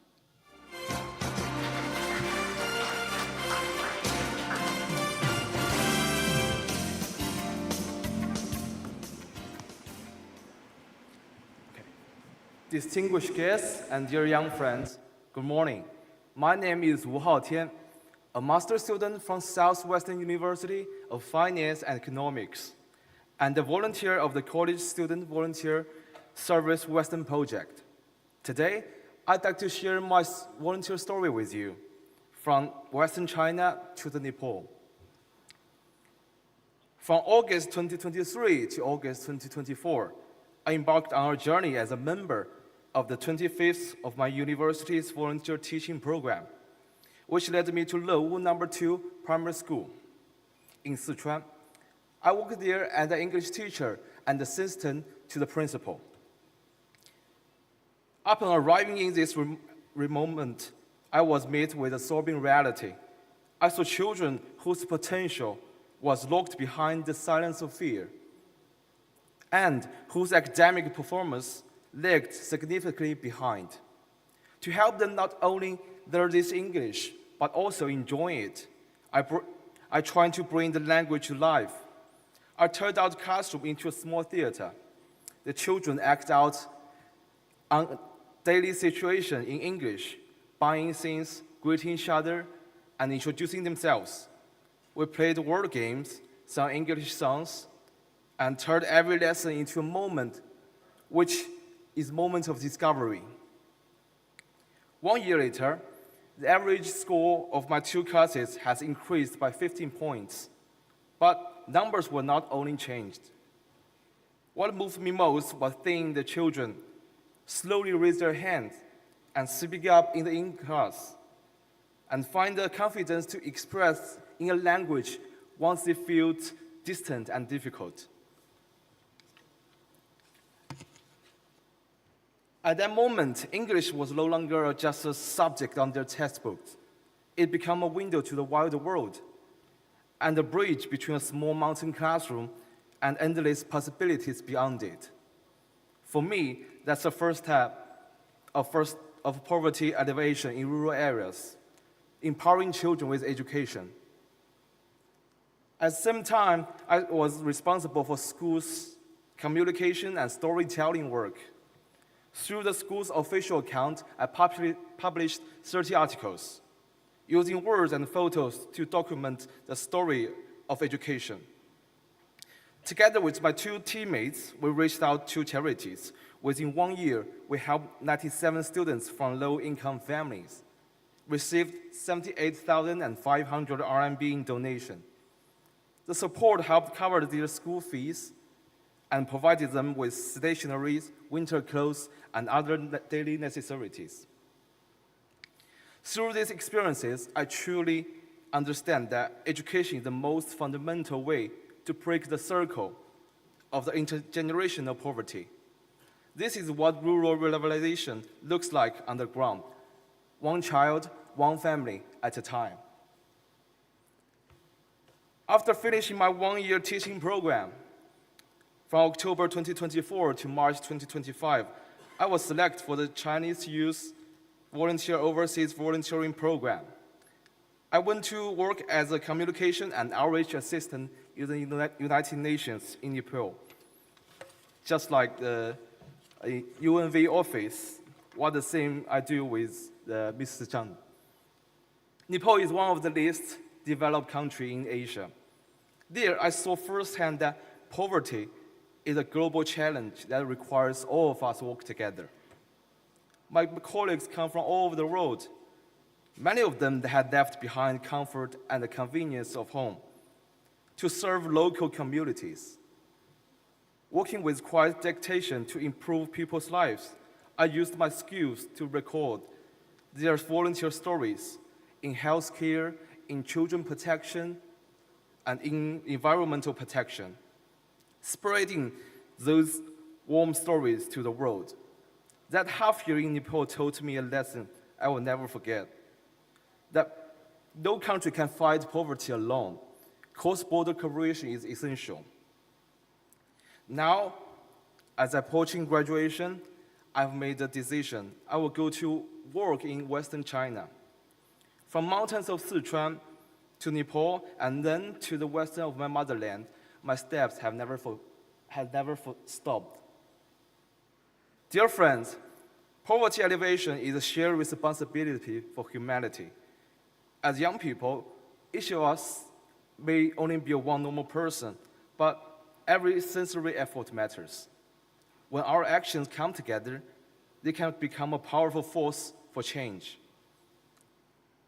Let us prove that young volunteers are not just witnesses, but fighters in the global fight against poverty. Thank you, guys.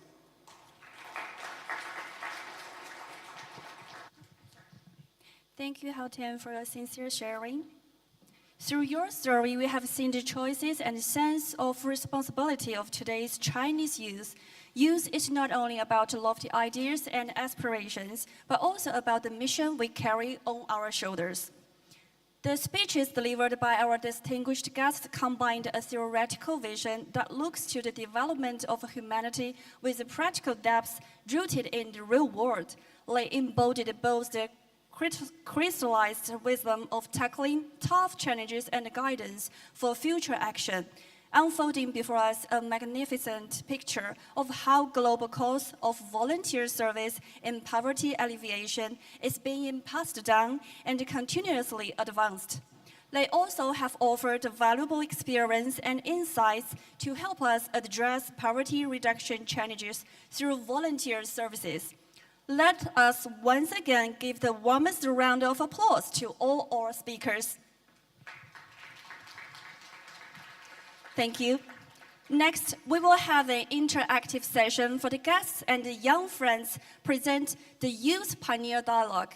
We have specially invited Ms. Yang Xinmeng, a journalist from CGTN, China Media Group, and the 7 youth delegates. Let's welcome them with a big round of applause.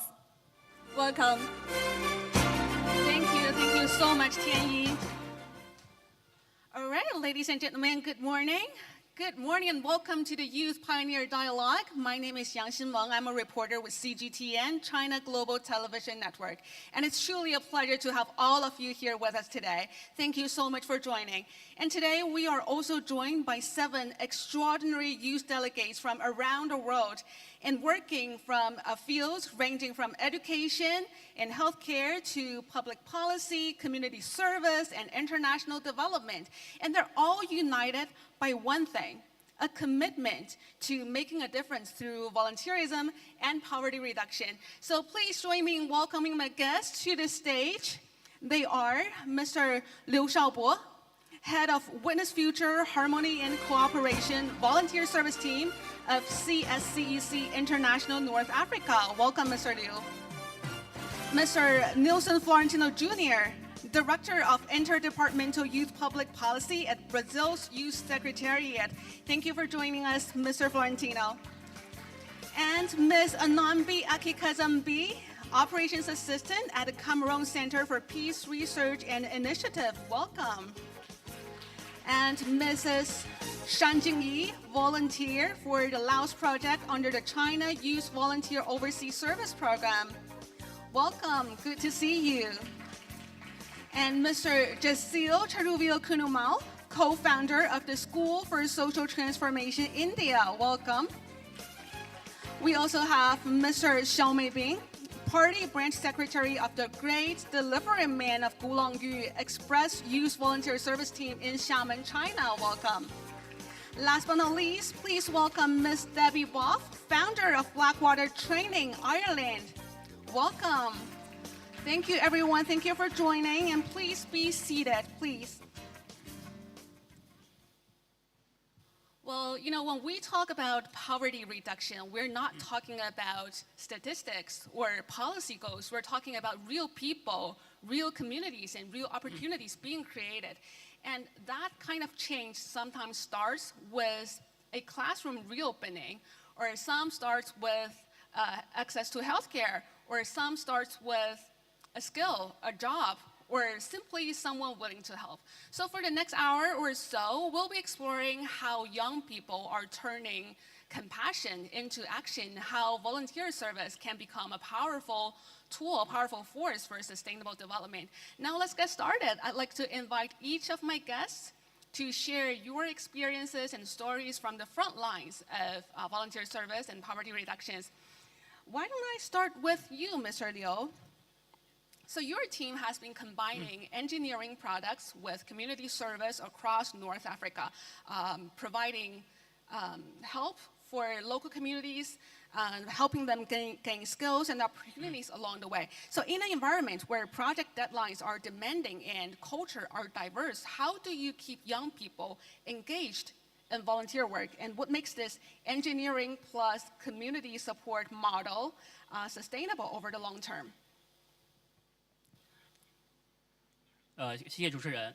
大家好，我是中国建筑。Good morning, everyone. Thank you, dear moderator. So my name is Liu Shaobo. I have been working in North Africa for 7 years now. It's my great pleasure, together with friends, young friends from all over the world, to introduce our experiences in Egypt regarding volunteerism and also engineering construction.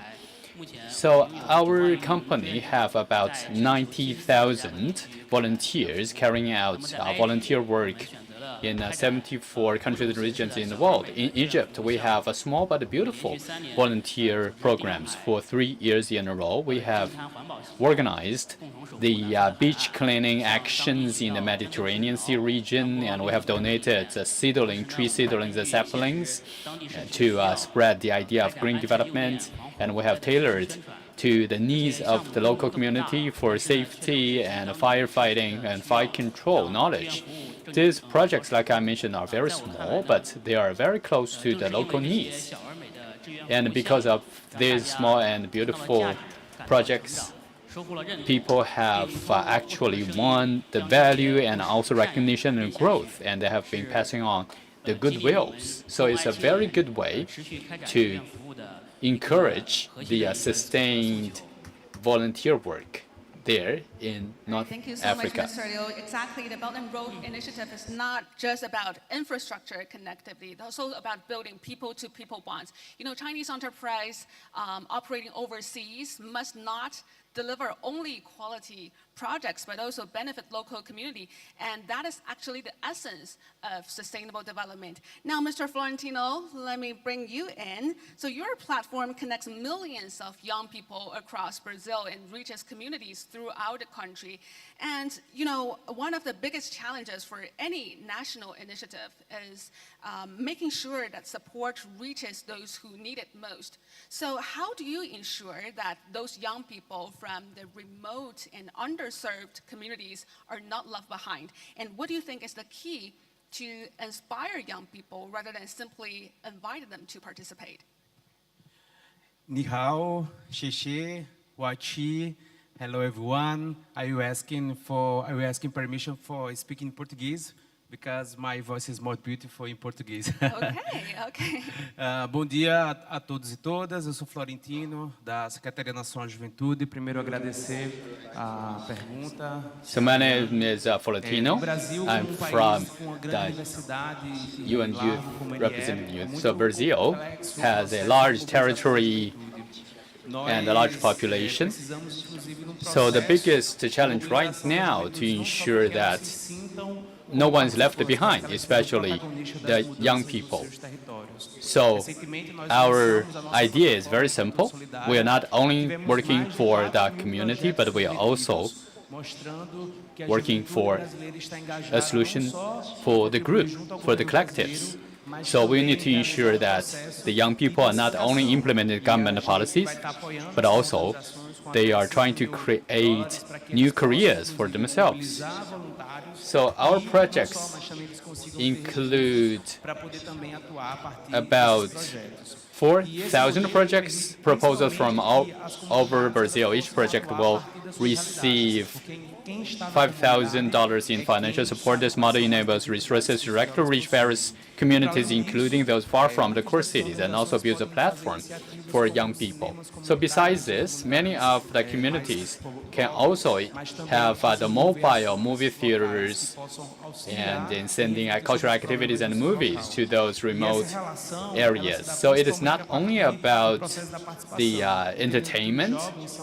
We can also have kind of discussions and communications after the showing. And the topics may involve many different aspects. And in this way, we can make medium for promoting communication and cultivating critical thinking skills. So I believe that this forum, the significance of volunteerism is definitely not only about helping others, but also creating a sense of belonging, life goals, and leadership. It makes young people realize that they have the capability to improve their living environment. Thank you so much. Exactly. You know, the spirit of willing to participate is, of course, a must, but government support is also vital. Thank you so much for sharing. Now, Mbi, over to you. I know your work takes place in a community affected by conflict, where simply getting children back to the classroom can be a major challenge. So what was the biggest obstacle you faced when, encouraging students to return to school?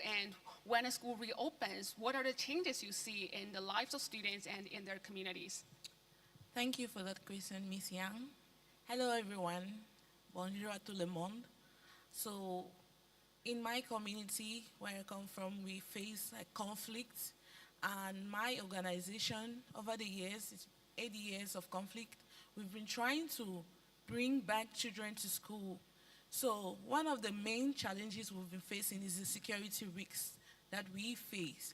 How do we overcome this? We work with the community leaders in the community, with our youth volunteers and our team.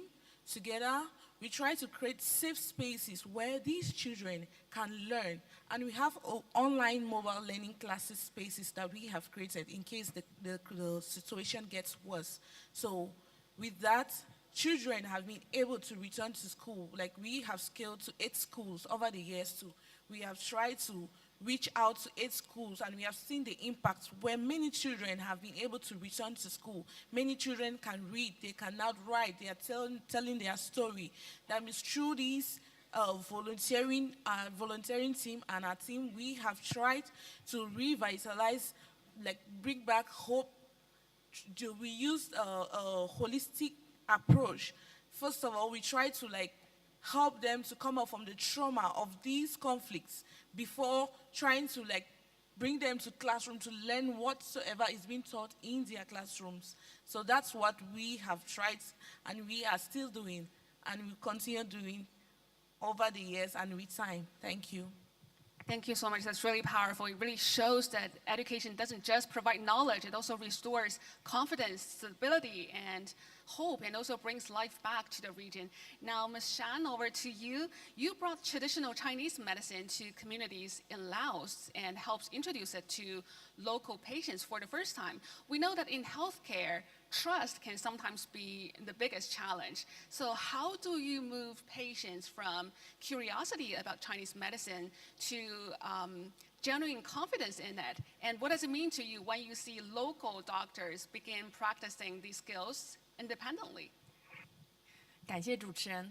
那各位全球的青年朋友们，大家好。 So global youth, dear moderator, I'm from the China TCM Hospital and also the affiliate Longhua Hospital. It's my great pleasure to share with you the story of the Mekong River. So in July 2025, I went to Laos as the vice director of our medical team. So I have brought with me a lot of silver needles for acupuncture, and at the Mehothas General Hospital in Laos, we provided 6 months of medical volunteer service. Today I want to share a story about the 30-year-old patient with facial paralysis. When he first came, his face was severely asymmetrical. He had shallow nasolabial folds, a drooping mouth corner, and drooled irregularly. So this greatly affected his work and life, especially in Laos where medical resources are limited. Such patients often cannot afford the check and treatment and thus suffer severe problems. I provided him acupuncture treatment, and after 3 weeks, he showed significant improvement. His facial appearance and daily living functions has basically recovered. He also thanked us by bringing a glutinous rice flour and also the fried dough sticks, which are very precious locally. So this is a touching experience I have had. Over the half a year, I have received over 2,000 patients, most of them thanks to our acupuncture and massage treatment. They have greatly been relieved in terms of their pain and some of the symptoms. We have also relieved their financial burden. And this experience as a young volunteer has given me a deeper understanding of poverty alleviation. First, technological poverty alleviation. For me, my profession is the confidence of my service. In Laos, I applied acupuncture, blood transfusion, and acupuncture treatment into Chinese and English and Laos language contents. And I have taught 2 local doctors and over 40 interns. So it's a transition from blood transfusion to blood production in the metaphorical meaning. And secondly, cultural poverty alleviation. So in our spare time, we would have the spreading of medical knowledge through the training and communication sessions. And we have covered the population of 1,000 people. And gradually, traditional Chinese medicine has gained the confidence and knowledge of the general public and the local residents, and become the choice of treatment for many people. So from the Lancang River to the Mekong River, I carried a bag of silver needles, and on the land of Laos, it has been a rewarding journey for me also. So I'm willing to continue to be a seed and grow together with young people around the world on the fertile land of poverty alleviation. 2,000 patients in half a year, that passing it on moment is really meaningful. Thank you so much for sharing. Now, Cecile, let me come to you.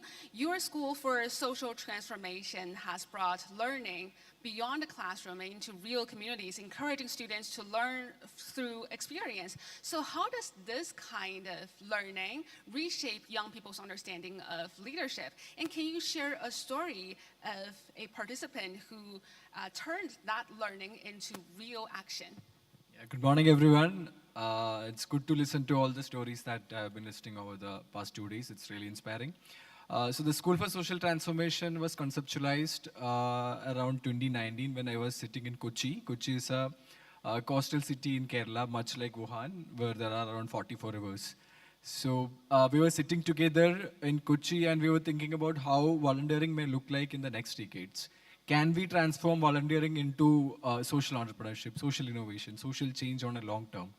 And we kind of come up with a process where young people engage with volunteering as the first phase, and then they move into a transform phase where they learn about society, system thinking, and social change, and how to structure a social problem into a solution through design thinking. And after that, they should take up a social issue and try to find out a solution for it. We call it ACT phase. And then they are encouraged to start their own NGOs and social enterprises. So this is the process that we have come up with, because we believed, just with volunteering only, we may not be able to solve problems of a country like India. So we wanted to have diverse social problems, and young people will be solving social problems village by village, community by community, to realize the vision of Mahatma Gandhi. So we had a participant named Shiva. Shiva is actually the god of destruction. He destroy ego, and he come up with spiritual wisdom. So we had a participant named Shiva, who was from the south of India. He was trained as a lawyer, and he was good in art. He really liked to draw, make artistic creativity whenever he liked to do. So when he came for our program and he engaged with some of the activities that was part of the process, so he realized that he wanted to do something with this art. He does not want to spend all his time being a lawyer. So after 2 years, he started a social enterprise named Michamidi, which is a Tamil word. We have a lot of languages in India. So Michamidi is a Tamil word, which means leftover treasure. So he started a social enterprise repurposing waste. So now he is employing a few women with livelihood. So what makes this process special in School for Social Transformation is because of, I would say, 4 reasons. One is experiential learning, where we take people out of their classroom. Even though we use PPT, we also use storytelling from the community members. We use case studies. At the same time, we engage in meditations. So the experiential learning process that we follow is one reason why the process is working well. And the second one is personal transformation. When it comes to social change, there are three agents, I would say. One is the person who's making the change, second one is the process, and third one is the community.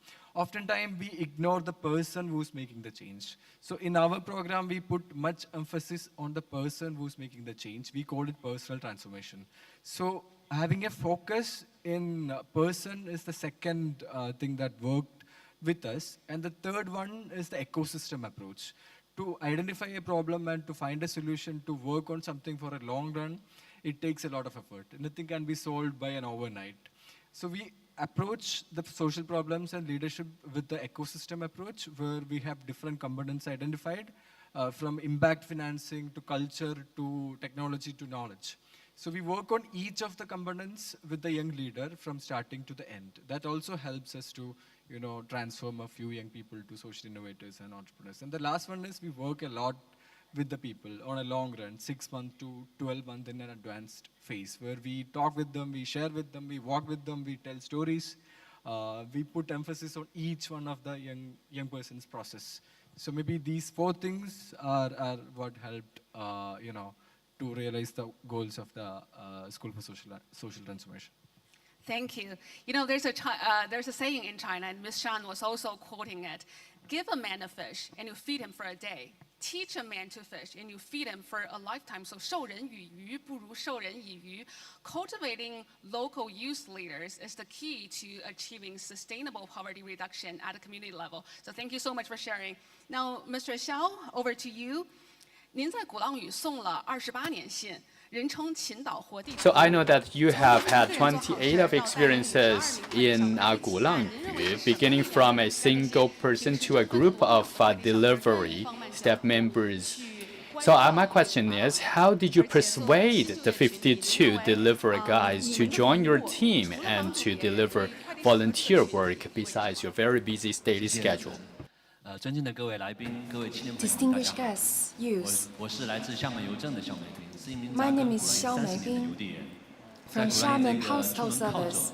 I've been a postman on Gulang Yu Island for 30 years. I'm also the captain and co-party branch secretary of our team.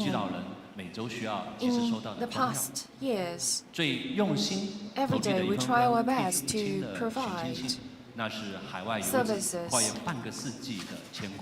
for our community, particularly again and again. With our warmest efforts, we are able to provide residents with services possible. Before the service team was established, I and my colleagues would voluntarily do some small things for the island residents in need. But as more help was provided, under the guidance of the Postal Administration Department and CPC organization, in 2020, we officially established the volunteer service team. We integrated the employees of 9 express delivery companies on the island, turning spontaneous and random acts of kindness into organized, systematic, and standardized volunteer service team. On the island, in addition to express delivery, we carried out thousands of volunteer service, where tour guides, answering questions for tourists, telling story culture of Gulang Yu Island. We're also public welfare messengers, helping elderly people, accompanying them to hospital, provide door-to-door free medical consultations, provide help to elderly people, ensure their livelihood. We try to solve problems in a timely manner at doorsteps for our residents. We also serve as security guards, spotting potential fraud risks. Before typhoon, we would remind our residents to close their doors and windows. Later, more and more residents participated in our volunteer service. Kindness has been passed on. A near neighbor is better than a distant relative came true. Today, I want to say there are tens of thousands of delivery workers like us in China. We are not only the fabric of the city, but also try to do our best to contribute to the city.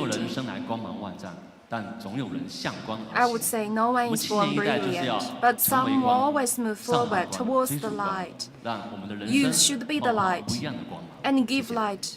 Chase Very our well said. Thank you so much. dreams through light. Extraordinary commitments lies within ordinary roads. Thank you so much for sharing, Mr. Xiao. 谢谢xiao先生. And finally, Debbie, your work focuses on the rural and marginalized communities in Ireland, many of which face challenges that are not visible from the outside. So why do you believe these community-based solutions can, achieve more lasting